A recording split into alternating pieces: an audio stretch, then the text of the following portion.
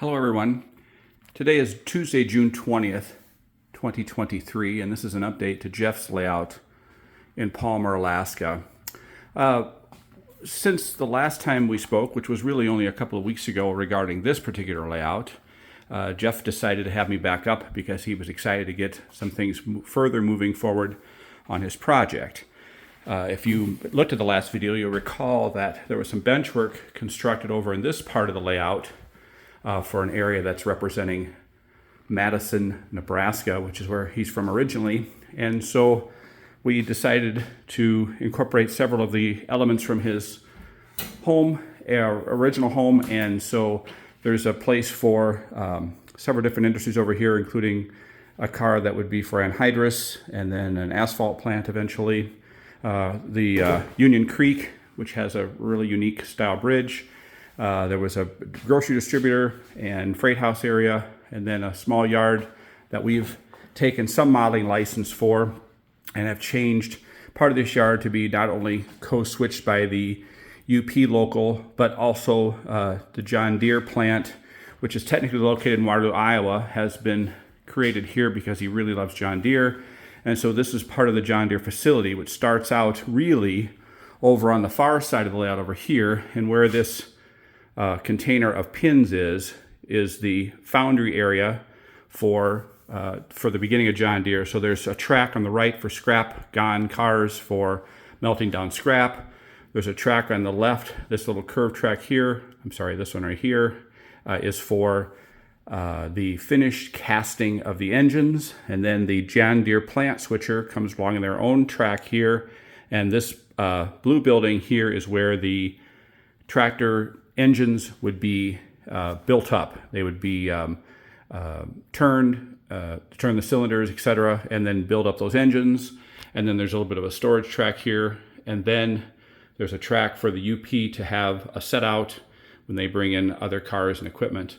Then the tracks go around the back side and come along here. And then this big blue area here was going to be the John Deere assembly plant, where the tractors would be assembled. Parts would come in from these two tracks. The finished products would then come out and be loaded onto a track here where they'll load 4 to 5 cars of tractors. Then they'll be moved over then to the UP yard on this side for interchange.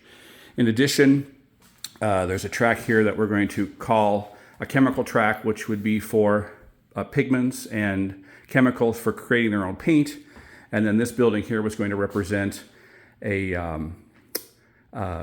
tire place that would get carbon black cars, and they would make their own tires that would then be sent across the assembly plant. Now you may notice I'm using some past tense, was going to be. Since I had gotten up here about a week and a half ago or so, there was some pretty big change in some family health, and it appears as though this may be our last hurrah on this layout, because it may be there may be a move taking place. So at the moment, the layout is fully operational. Every turnout has the frog juicers and either ground throws or power switch machines. We have begun incorporating, as I mentioned before, a JMRI to throw turnouts, and so it is beginning to be implemented here. You can see that there is locations for the crossovers, which are Nebraska names.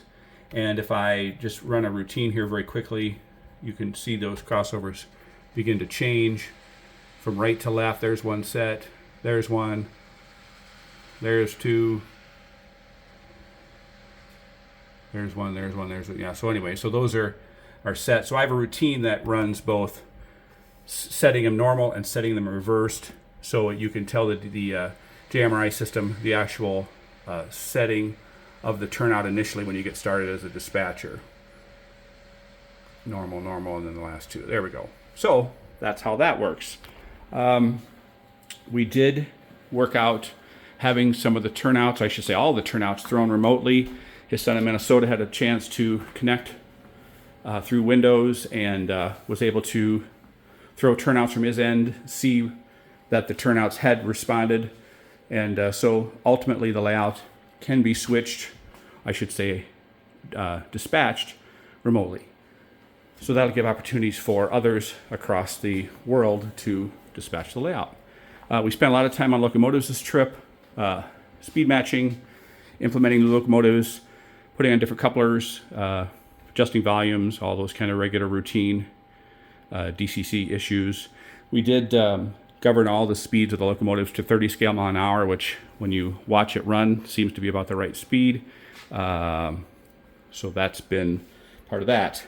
There's also repacking activities occurring because of the potential change. So that's the update for the moment. I would say that probably the next time we hear about Jeff from Palmer, he may be Jeff from somewhere else. So there is plans for another layout at some point. And so with that, we'll leave Alaska for the last frontier for a while, and I'll catch up with everyone at the next stop, wherever that may be. Thanks.